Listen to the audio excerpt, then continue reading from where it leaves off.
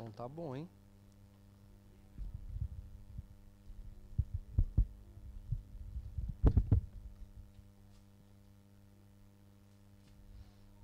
Graças a Deus que nos dá a vitória por meio de Cristo Jesus. A paz do Senhor, irmãos. Amém.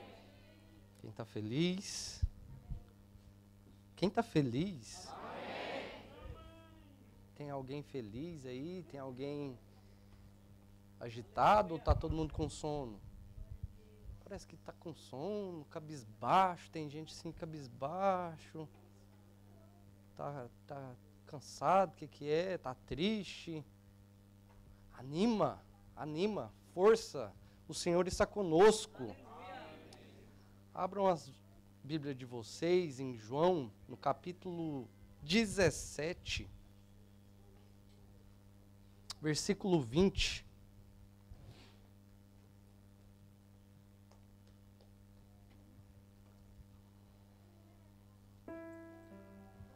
Pastora Olívia, a canção que a senhora cantou aqui, Deus está aqui, essa semana inteira eu estava pensando nela. Semana inteira eu pensando nela e cantando. Acho que algum dos meninos que estavam trabalhando junto viu eu cantando. Acho que o Daniel viu eu cantando algumas vezes, o Lucas também. E a verdade é que Deus tem que estar conosco o tempo todo. Hoje a gente vai falar sobre um tema muito importante, que é a igreja do Senhor. E a igreja não é você em particular. A igreja somos nós. Quando a gente se reúne, quando a gente em unidade se junta, nós nos tornamos a igreja do Senhor. Amém? Quem encontrou diz um amém bem forte. Amém. Minha oração não é apenas por eles. Jesus agora vai orar por todos os crentes. Rogo também por aqueles que crerão em mim, por meio da mensagem deles, para que todos sejam um. Pai, como tu estás em mim e eu em ti, que eles também estejam em nós, para que o mundo creia que tu me enviaste. Dê-lhes a glória que me deste, para que eles sejam um, assim como nós somos um, eu neles e tu em mim. Que eles sejam levados à plena unidade, para que o mundo saiba que tu me enviaste e os amastes como igualmente me amaste. Pai, quero que os que me destes estejam comigo onde eu estou e vejam a minha glória, a glória que me deste, porque me amaste antes da criação do mundo. Pai justo, embora o mundo não te conheça, eu te conheço, e estes sabem que me enviaste. Eu os fiz conhecer o teu nome e continuarei a fazê-lo, a fim de que o amor que me tens por mim esteja neles e eu neles esteja. Feche os seus olhos mais uma vez, vamos fazer uma oração. A minha preocupação, todas as vezes no dia de pregar, é que eu seja claro o bastante para que todos entendam a palavra do Senhor, para que todos cheguem a um entendimento claro daquilo que está sendo ministrado. Então feche os seus olhos, vamos fazer mais uma oração. Senhor, diante de Ti, aqui nós estamos. Perante a Tua palavra, diante de Ti, aqui estou como ministro do Teu Evangelho. Eu, nada além do que um instrumento, eu sou. Nada além de que um vaso nas mãos do oleiro. É o teu Espírito quem opera, é o teu Espírito quem faz, é o teu Espírito que provoca todo o impacto e transformação na vida daqueles que ouvem. Senhor, nesse instante eu quero te pedir que o Senhor abra os ouvidos, que o Senhor venha amolecer todo o coração endurecido para que essa palavra entre e faça frutificação. Senhor, que as palavras que saírem da minha boca sejam como uma flecha incendiada e que o coração de todos os ouvintes seja como uma palha seca, que venha arder em fogo perante a tua palavra, Senhor. Que a tua palavra provoque em nós transformação, unidade, que provoque em nós fome e desejo por ti, que é a palavra viva. Senhor, que a tua presença venha estar em nosso meio. Eu te peço, eu oro em nome de Jesus. Amém. Pode se sentar em nome de Jesus. Vocês têm o tema aí? Ainda não? Ainda não. Vai conseguir? Vai dar certo? O texto que nós lemos era Jesus orando e uma oração que é colocada no futuro. Uma oração que é posta não somente sobre aqueles que estavam presentes, mas posta sobre quem estaria no futuro. Essa oração é a respeito da igreja. Essa oração é a respeito de nós. Nós sabemos que Cristo Jesus na cruz do Calvário conquistou um povo. Na cruz do Calvário, Jesus, ele resgatou, ele comprou um povo. Um povo que estava perdido, um povo que não era povo.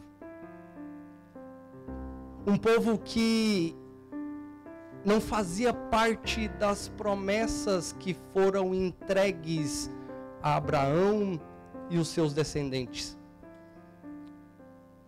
Quando nós olhamos, há 2 semanas atrás, o pastor Kesley ministrou e foi falado a respeito de um texto.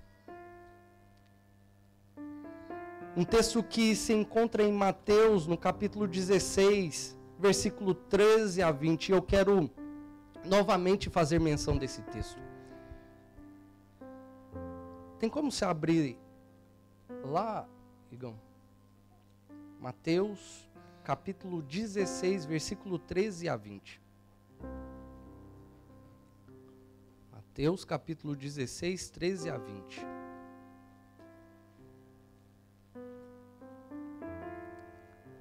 Quando Jesus chegou à região de Cesareia de Filipe, perguntou aos seus discípulos. O que ele perguntou?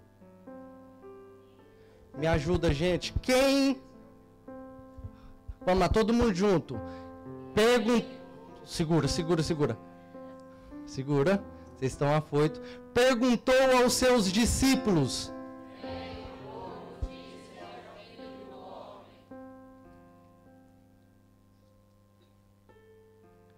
Eles responderam: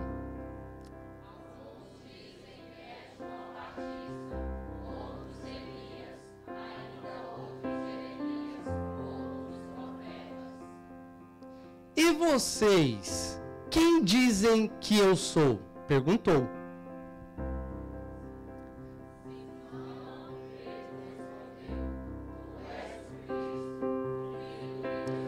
Agora vem uma parte muito importante. Vai, continua. Jesus respondeu: bem-aventurado é você, Simão, filho de Jonas, porque isso não foi revelado a você por carne ou sangue, mas por meu Pai que estás no céu. Agora, e eu digo que você é Pedro, e sobre esta pedra edificarei a minha igreja, e as portas dos Hades não poderão vencê-la. Olha só, Jesus estava caminhando com seus discípulos. Vem aqui um discípulo. Vem aqui comigo. Oswaldo, vem aqui outro discípulo.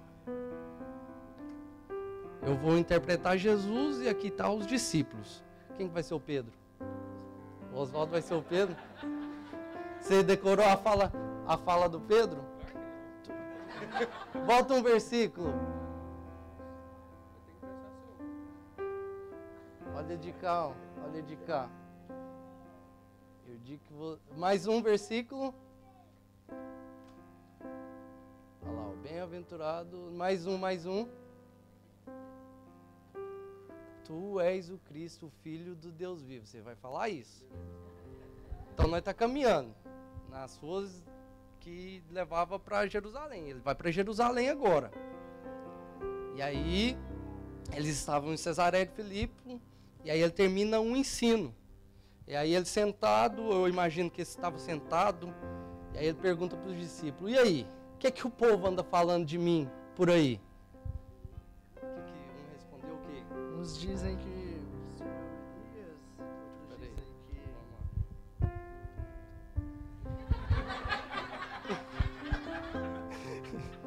Uns dizem que o Senhor é Elias, outros dizem que Jeremias, ou João Batista, ou um dos profetas. Mas e o que vocês acham que eu sou? O que vocês acham que eu sou? Tu és o Cristo, o Filho do Deus vivo. Maravilha. Aí Jesus, olha só, segura. Jesus, ele vira para os discípulos, ou em particular para Pedro, e fala assim: muito bem, Pedro, isso que foi revelado a você não veio da sua mente. Foi o meu Pai que te revelou isso. É algo vindo do Espírito que te revelou isso. E aí ele fala assim, e sobre... Como que é que ele fala? Vai mais um.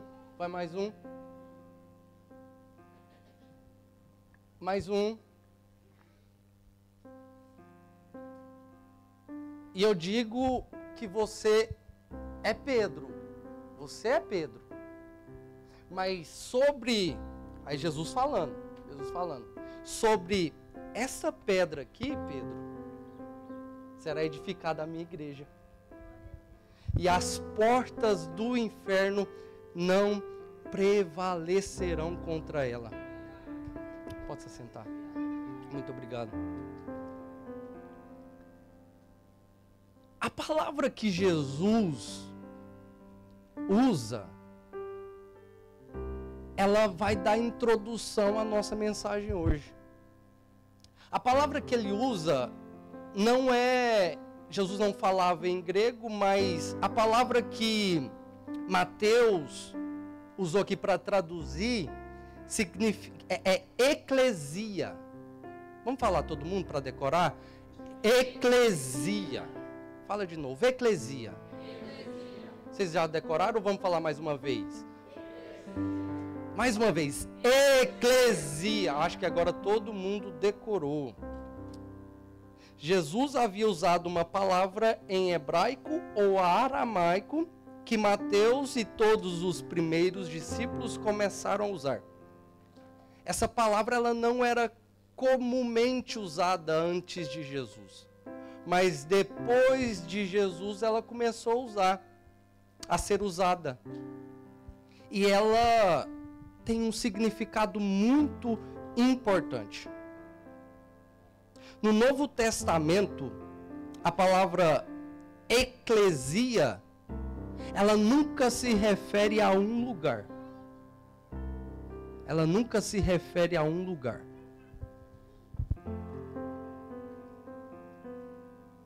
A palavra eclesia, ela nunca vai se referir a tijolos, ela nunca vai se referir a um lugar específico. A palavra eclesia, ela indica um ajuntamento. um ajuntamento de crentes. E aí olha para o seu irmão, e eu acho que isso é um pouco chato, eu sei que é chato, mas é para fim didático, olha para o seu irmão, para um lado e para o outro, e diz assim: você não é igreja. Mas olha de novo e fala assim: nós somos igreja. Quando eu e você nos junta aqui, nós formamos a igreja. Quando você, seus irmãos, se junta lá em Dróheda, na casa do Daniel, aquele lugar é a igreja. Quando você se junta com o seu irmão lá em Dróheda, na casa do pastor Kézes, lá em Islene, na casa da Rejane, quando você se junta em qualquer lugar e glorifica o nome do Senhor, aquele lugar, aquele ambiente se torna a igreja do Senhor Jesus Cristo. Sabendo disso, vamos todo mundo ler o tema de hoje. Who is the church? Vamos falar em português mesmo. Quem é a igreja, né? Então vamos lá, no 3. 1, 2, 3. Quem é a igreja? Maravilha, vamos ver quem que é a igreja. Quem é a igreja? No Antigo Testamento, Deus escolheu um povo. A gente está estudando o livro de Êxodo, a gente já passou por Gênesis, mas todo mundo sabe que Deus chama um homem, Abraão. E da linhagem de Abraão, ele levanta um povo, o povo de Israel. O Israel de Deus, assim eram chamados. E esse Israel de Deus tinha uma missão, a missão de crescer, e eles cresceram. Eles estavam na terra do Egito e ali eles cresceram, mas foram escravizados. Deus levanta um homem, Moisés, para libertar esse povo. Ele liberta. Deus entrega a Moisés, na aliança mosaica, as leis para que fosse conhecido o Senhor. Ele queria que o povo de Israel conhecesse a Ele, e através do conhecimento eles influenciariam os povos daquela região. E os povos daquela região influenciariam o mundo adiante. Mas Israel não entendeu o propósito de Deus com eles. Não entendeu o propósito de Deus com eles. Então, Jesus envia o seu filho para fazer o seguinte: comprar um povo que não era povo. Olha só o que está escrito em 1 Pedro, no capítulo 1, versículo 18 ao 21. Pois sabem que não foi por meio de coisas perecíveis, como prata ou ouro, que vocês foram redimidos da sua maneira vazia de viver, transmitidas por seus antepassados. Aqui está mostrando que fomos comprados por algo, que não foi por prata nem por ouro. Aí vai continuar dizendo assim: mas pelo precioso sangue de Cristo, como de um cordeiro sem manchas e sem defeito, conhecido antes da criação do mundo, revelado nestes últimos tempos em favor de vocês. Por meio dele vocês creram em Deus, que o ressuscitou dentre os mortos e o glorificou, de modo que a fé e a esperança de vocês estão em Deus. Aqui esse texto vai nos mostrar que o Senhor, Ele comprou um povo. Na cruz do Calvário, através da morte de Jesus Cristo, Ele compra um povo. E esse povo está aqui essa noite. Porém, esse povo não era povo. 1 Pedro, capítulo 2, versículo 9 e 10 diz assim: vocês, porém, são geração eleita, reino de sacerdote, nação santa, povo que pertence a Deus, para anunciar as grandezas daquele que os chamou das trevas para a sua maravilhosa luz. Antes vocês não eram povo, mas agora são povo de Deus. Não haviam recebido misericórdia, mas agora o receberam. Em Romanos, no capítulo 9, versículo 25 e 26 diz assim: como ele diz em Oséias: chamarei meu povo a quem não é meu povo, e chamarei minha amada a quem não é minha amada. E acontecerá que no mesmo lugar em que se lhes declarou: vocês não são meu povo, eles serão chamados filhos do Deus vivo. Você pode glorificar o nome do Senhor por isso? Sabe por quê? Antes eu não era povo. Antes você não era povo. O Senhor não estava te vendo. Mas um dia alguém pregou a palavra para você, pregou o evangelho para você. A graça de Deus te atraiu. E você começou a fazer parte de um ajuntamento. Você começou a fazer parte de um povo. E hoje você faz parte inteiramente desse povo. E esse povo é chamado o Israel de Deus, a igreja do Senhor Jesus Cristo. Hoje você foi alcançado pela misericórdia do Senhor. Glorifica o nome do Senhor por isso. Seja grato pela salvação que o Senhor te entregou, pela salvação que foi alcançada em sua vida, foi lançada em sua vida. Agora nós vamos ver qual que é a natureza da igreja. Natureza da igreja. Nós vimos que quem é a igreja, mas agora vamos ver qual é a natureza da igreja. A natureza da igreja é material e espiritual. Podemos dizer que a igreja ela é invisível e ela é visível. Vamos falar isso junto? Podemos dizer que a igreja ela é invisível e ela é visível. Agora você vai me perguntar: por que invisível? Não, vocês não querem saber não. Vai de novo. 1, 2, 3. Vou falar para vocês. A igreja invisível é a igreja que Deus está vendo. A igreja que Deus está vendo. Em 2 Timóteo, no capítulo 2, versículo 19, diz assim: entretanto, o firme fundamento de Deus permanece inabalável e selado com esta inscrição: o Senhor conhece quem pertence a Ele. O Senhor conhece quem pertence a Ele. Não adianta você fingir que pertence a Ele, sendo que Ele sabe que não pertence a Ele.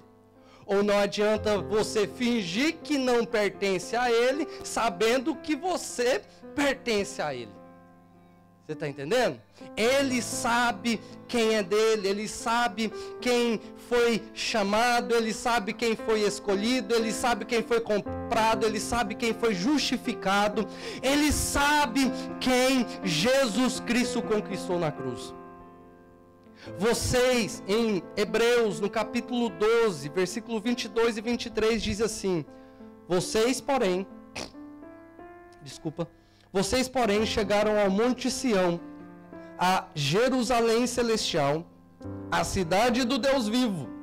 Chegaram aos milhares de anjos em alegre reunião, a igreja dos primogênitos, cujos nomes estão escritos nos céus. Vocês chegaram a Deus, o juiz de todos os homens, os espíritos dos justos que foram aperfeiçoados. Ele tem escrito o seu nome no livro da vida. Você que sabe que pertence a Ele, você que reconhece Jesus Cristo como seu único e suficiente Salvador. Você que sabe que as suas obras não podem comprar a salvação. Você que sabe e reconhece que é um pecador e que Deus julgará esse mundo um dia. E que Jesus Cristo nos tirou das trevas e nos trouxe para a sua maravilhosa luz. O seu nome está escrito no livro da vida.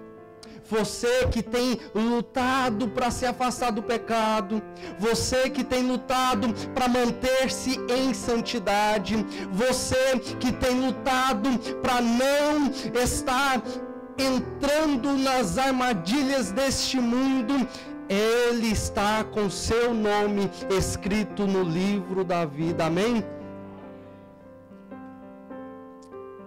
Agora a igreja é visível também. E você vai me perguntar de novo, por que a igreja é visível? No 3. 1, 2, 3.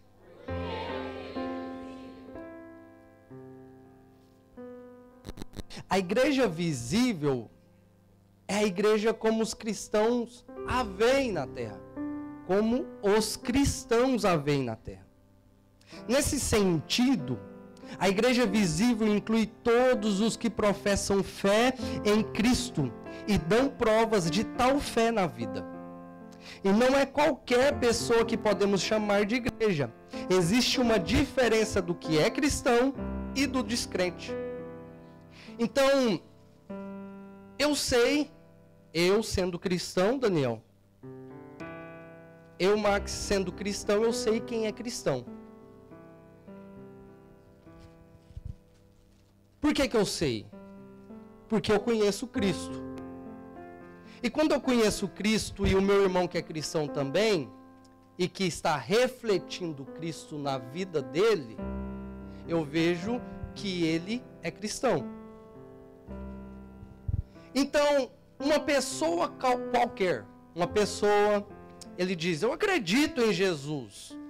E só pelo fato dele dizer, eu acredito em Jesus, ele é cristão? Não. Aqui vai falar que é através do seu modo de viver, é através da sua fé, da sua manifestação de fé, aquilo que ele procura fazer e não fazer, que vai indicar se ele é igreja ou se ele não é igreja, se ele é crente ou se não é crente.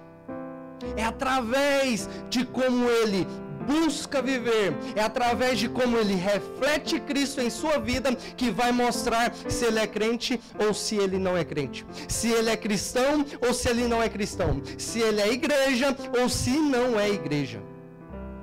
Ainda dentro da igreja visível, temos a igreja local e a igreja universal. E aqui é algo importante para você saber. Olha só a diferença de igreja local e igreja universal. Essa igreja que está reunida aqui, ela é uma igreja local. Quando nos reunimos em casa, essa é uma igreja local. Quando a igreja da cidade se reúne, é a igreja local. De um estado, é a igreja local. De um país, ainda continua sendo a igreja local. Mas quando o apóstolo Paulo fala que o sangue de Cristo Jesus foi derramado em favor da igreja, isso é a igreja universal. Quer dizer que a favor de todos os povos que estão em Cristo Jesus e se reúnem como igreja, essa é a igreja universal. Amém? Entendido isso? Entendido isso, vamos passar para a missão ou propósito da igreja. A primeira missão ou propósito da igreja é adorar. Nós fomos chamados pelo Senhor Jesus Cristo, nós fomos comprados por Jesus Cristo na cruz, primeiramente para adorar o Senhor. O fim do homem é reconhecer ao Senhor, ver a sua beleza e o adorar. Efésios capítulo 5, versículo 17 ao versículo 20 diz assim: portanto, não sejam insensatos, mas procurem compreender qual é a vontade do Senhor. Não se embriaguem com vinho que leva à libertinagem, mas sejam cheios com o Espírito, falando uns aos outros com salmos, hinos e cânticos espirituais, cantando e louvando ao Senhor de coração, sempre dando graças a Deus Pai por todas as coisas, em nome do nosso Senhor Jesus Cristo. Você foi chamado para adorar o Senhor. Você foi chamado para prestar a Ele uma adoração. E a adoração não é somente quando nos reunimos como igreja, mas como membros de um corpo também, quando estamos sozinhos em casa, ou longe no serviço, ou em qualquer lugar, nós somos adoradores do Senhor. A segunda coisa para que nós fomos chamados, a missão ou propósito da igreja, a segunda missão é edificar. Colossenses capítulo 1, versículo 28 diz assim: nós o proclamamos, advertindo e ensinando cada um com toda a sabedoria, para que apresentemos todo o homem perfeito em Cristo. É posto sobre as nossas vidas líderes, é posto sobre nossas vidas pessoas mais experientes na fé, para que venhamos nos edificar, para que nós venhamos consolar, para que nós venhamos ensinar a pessoa a crescer em Cristo Jesus também. A igreja, ela deve edificar um ao outro. A igreja deve ensinar um ao outro. A igreja deve consolar um ao outro. A terceira coisa, a terceira missão ou propósito da igreja é evangelizar. Mateus capítulo 28, versículo 19 diz assim: portanto, vão e façam discípulos de todas as nações, batizando-as em nome do Pai, do Filho e do Espírito Santo. É sua missão também de evangelizar, não só de alguns, mas de todos, de proclamar esse evangelho. É missão de todos que o nome de Jesus Cristo seja conhecido. Não é só a missão de alguns, é missão de toda a igreja. Quando olhamos para o livro de Atos, nós vemos a igreja deixando tudo para que o nome de Jesus fosse conhecido. Nós vemos a igreja em Atos, os primeiros cristãos fazendo de tudo para que o nome dele, o nome de Jesus, fosse conhecido. Essa ainda continua sendo a missão da igreja, em proclamar o nome daquele que vive e que reina para sempre. Mas a igreja tem uma mensagem. A igreja tem uma mensagem. E essa mensagem tem sido muito confundida, Pastor Kesley. Essa mensagem tem sido muito distorcida ao longo dos tempos. Mas a igreja deve entender que nós carregamos a mensagem da cruz.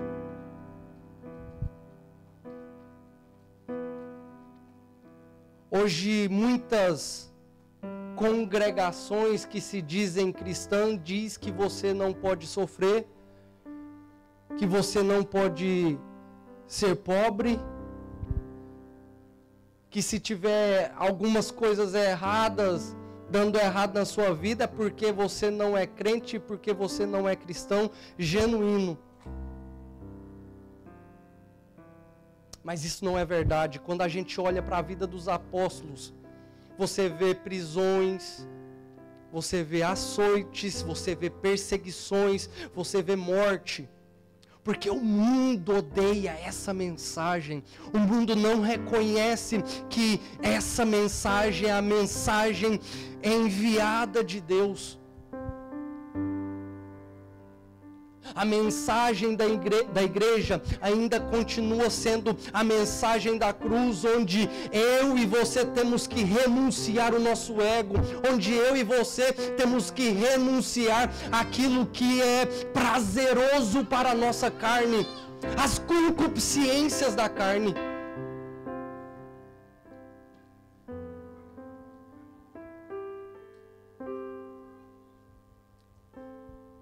A mensagem da igreja precisa ser de forma genuína, aplicada em nossas vidas com temor, com tremor. Hoje nós não temos mais medo de pecar.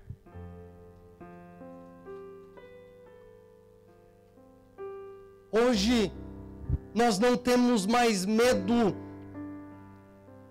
ou temor de sair daqui e ir para lugares que o Senhor não se agrada. Hoje, nós não temos mais o temor em estar aqui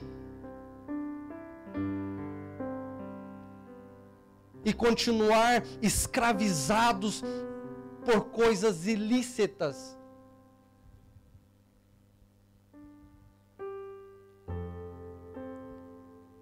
Mas a mensagem do Evangelho, a mensagem da igreja é: crucifica o seu eu, para que Cristo venha viver em você.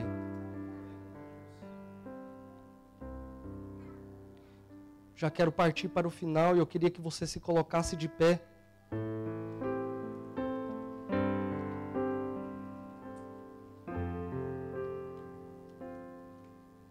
Queria que o Ministério de Louvor viesse me ajudar agora, nesse instante.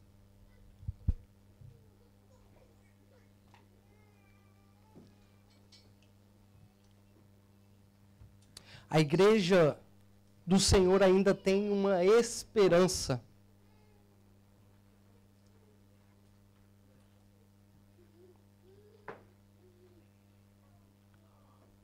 Hoje nós vimos quem é a igreja, nós vimos qual a natureza da igreja, que ela é invisível e que ela é visível. Nós vimos a missão ou propósito da igreja, que é adorar, edificar, evangelizar. Mas a igreja também tem uma mensagem e também tem uma esperança. Atos, capítulo 1, versículo 10 ao 11 diz assim: Ficaram com os olhos fixos no céu enquanto ele subia. De repente, 2 homens vestidos de branco se puseram ao lado deles e lhes disseram: Galileus, por que vocês estão olhando para o céu? Este mesmo Jesus que dentre vocês foi elevado aos céus, voltará da mesma forma que o viram subir. 1 Tessalonicenses, capítulo 4, versículo 16, diz assim: Porque, dada a ordem, com a voz do arcanjo e o ressoar da trombeta de Deus, o próprio Senhor descerá dos céus, e os mortos em Cristo ressuscitarão primeiro. Depois nós, os que estivermos vivos, seremos arrebatados com eles nas nuvens, para que o encontro com o Senhor, para o encontrar com o Senhor nos ares. Assim estaremos com o Senhor para sempre. Essa esperança deve se manter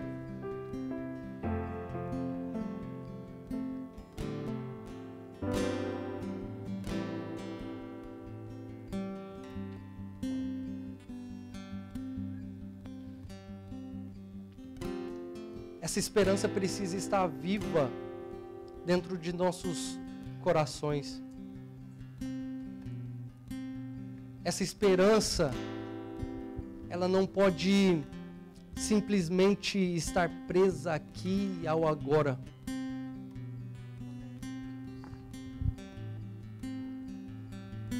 E se o Senhor pedir a sua alma hoje?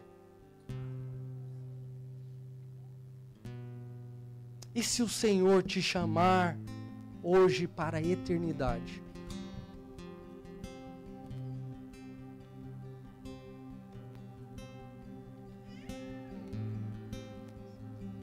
Você partirá sabendo que estará com Ele? Ou você vai partir sabendo que não vai estar com Ele?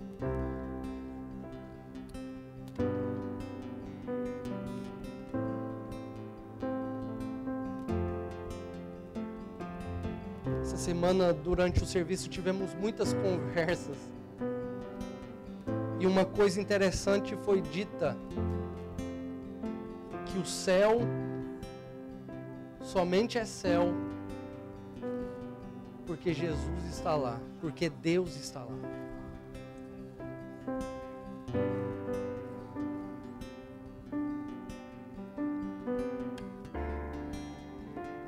A sua esperança, ela não pode se resumir àquilo que nós estamos vendo. A nossa fé precisa ser de uma forma tão racional. Sim, a sua fé precisa ser racional ao ponto de entender que a sua vida não para aqui.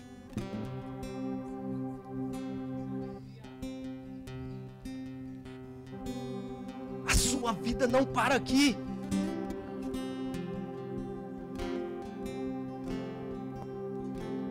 Tem mais, tem mais.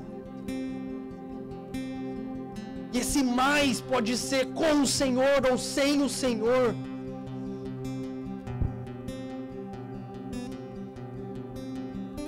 Talvez você se amedronte com essas palavras, mas não é isso que eu quero te fazer sentir. Eu quero te fazer sentir esperança. Esperança. Esperança em encontrar o Senhor. O nosso coração precisa voltar a vibrar, a ansiar, a anelar, a querer a volta do Senhor Jesus Cristo. Aleluia. Sinto a presença dele aqui. Eu gosto muito de pregar uma mensagem mais empolgante, eu gosto muito do pentecostalismo, mas tem dia que o Senhor nos chama mais para uma reflexão.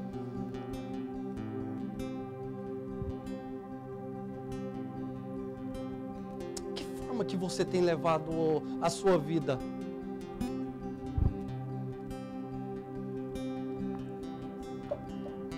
O mundo consegue ver você como igreja, como um cristão?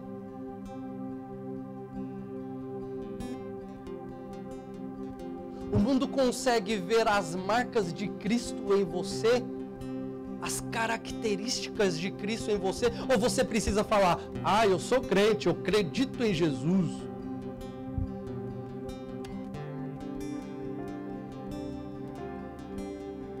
Ou apenas de olhar, você ali no seu ciclo social, as pessoas conseguem ver, tem alguma coisa diferente nesse cara aí. Tem alguma coisa diferente nessa pessoa aí, porque ele transmite uma paz diferente, ele transmite um amor diferente, ele transmite uma sensação diferente. Quando ele fala, eu sinto paz em meu coração. Quando ele fala, parece que eu quero o que ele tem.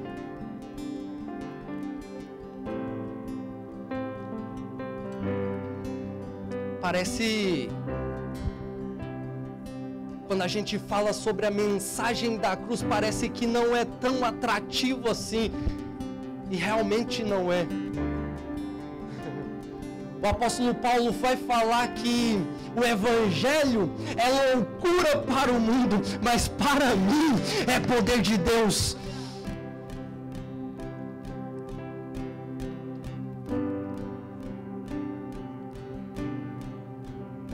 Coisa de louco, o evangelho é coisa de louco, porque a gente acredita em ressurreição de mortos, nós acreditamos que ele vai voltar nos céus com alarido, com trombeta.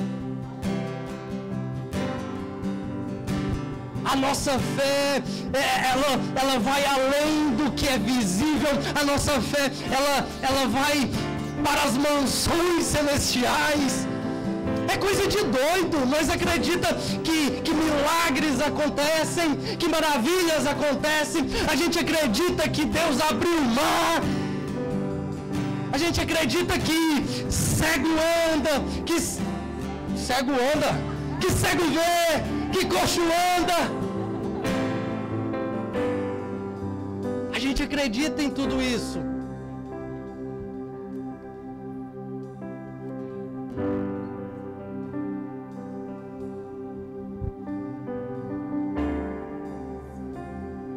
Cante isso, cante isso.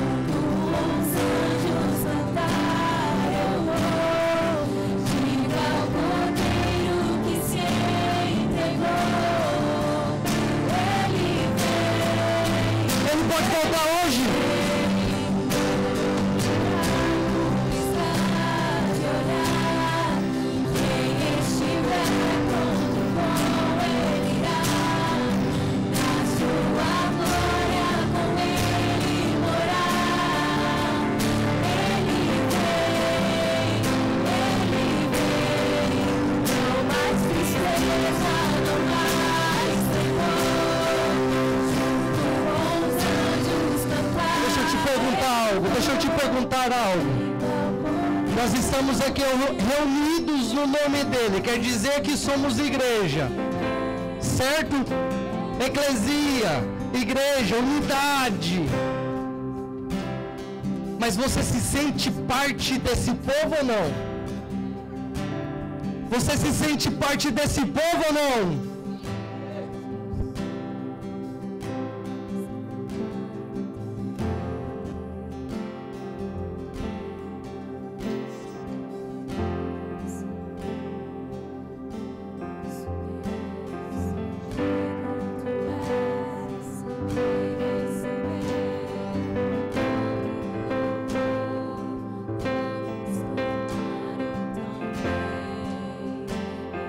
A igreja é a noiva de Cristo. E a noiva deve aguardar o noivo com a sua candeia, com a sua vasilha cheia de óleo, porque é o óleo que faz o fogo iluminar, é o óleo que faz o fogo fumegar.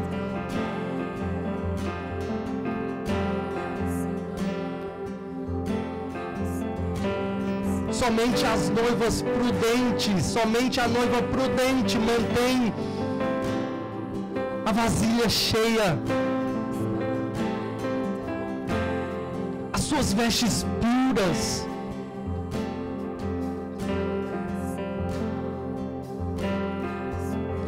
Como está a sua vasilha? Como estão as suas vestes?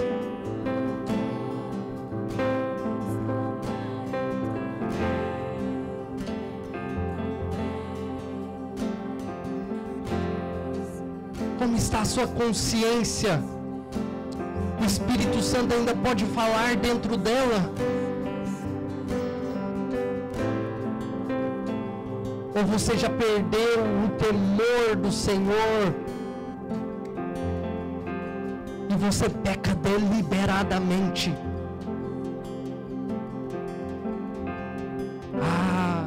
Você pensa assim: o Senhor é amor, o Senhor é bonzinho, eu vou pecar aqui, mas Ele vai me perdoar ali na frente.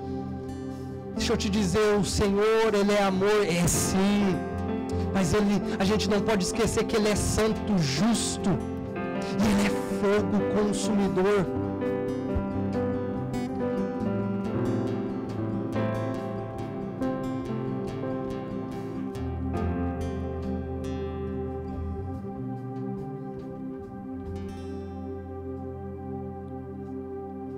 Como igreja, estenda suas mãos, segure a mão do irmão que está do seu lado. Nós iremos fazer uma oração.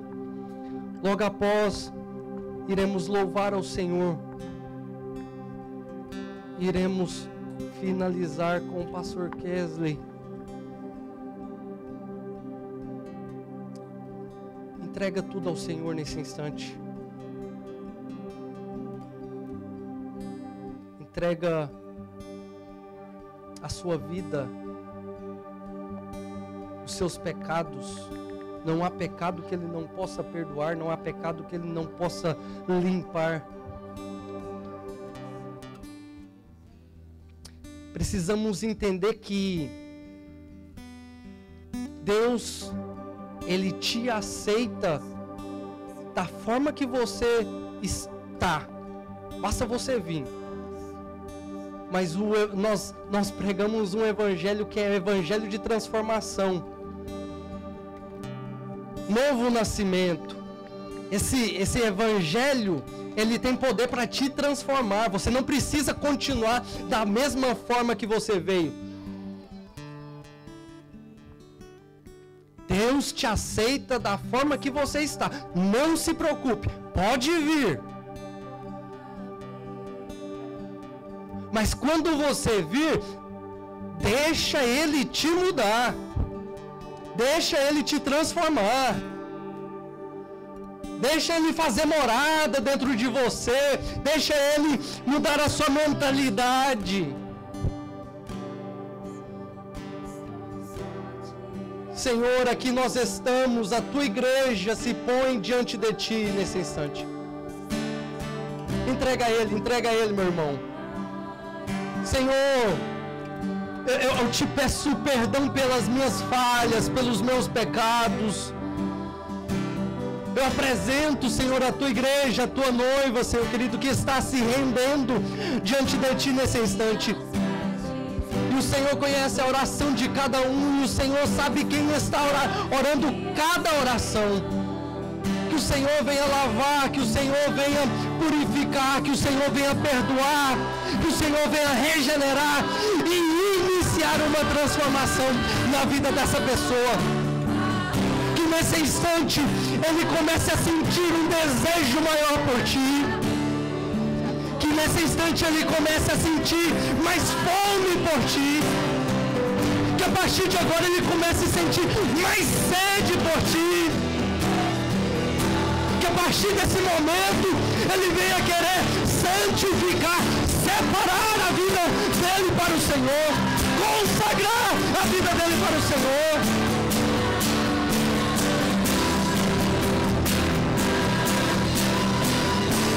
Que a partir desse instante, então, o Espírito Santo venha ter mais liberdade na vida desse crente.